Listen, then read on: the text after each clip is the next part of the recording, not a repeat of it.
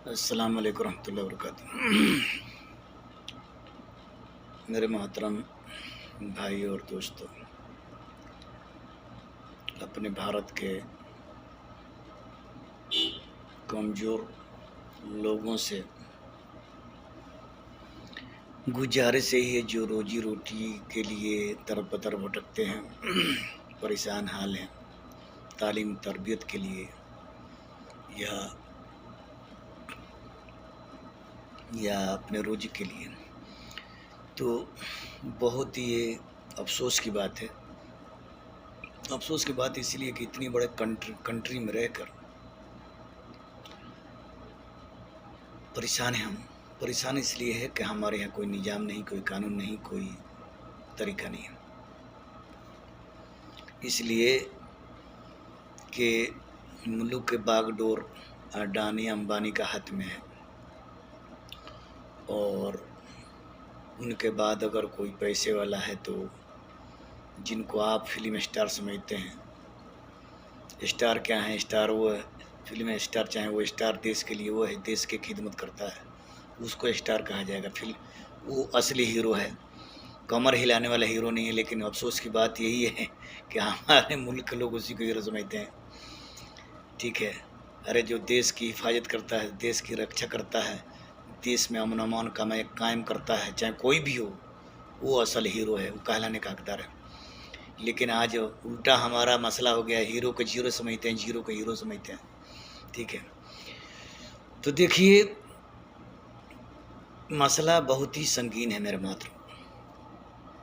हमारे अपने कमज़ोर भाइयों से, मुसलमान या अगर मुसलमान, उनसे यही हमारी गुजारिश है कि आप अपने जो भारत के आईन ने, संविधान ने जो आपको अधिकार दिया है, उसकी कीमत समझें।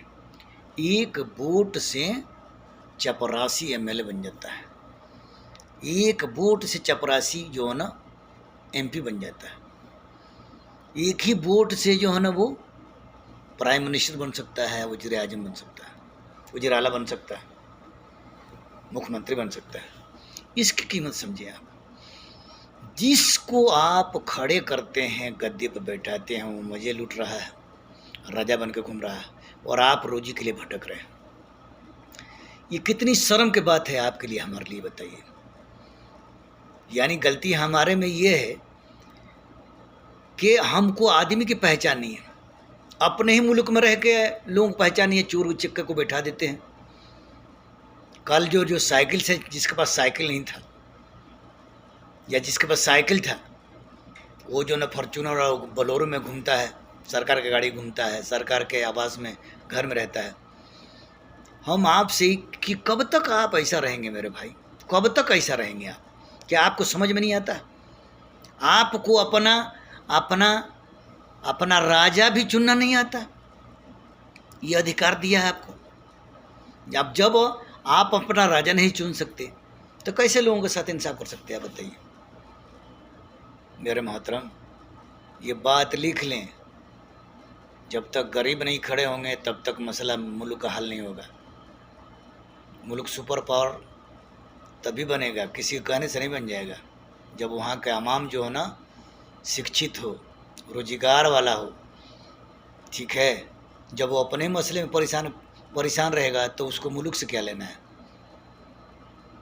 जब वो मसले में, जब उसका जो लड़का पढ़ेगा, जब उसके बच्चे पढ़ेंगे, जब वो रोजी कमाएगा।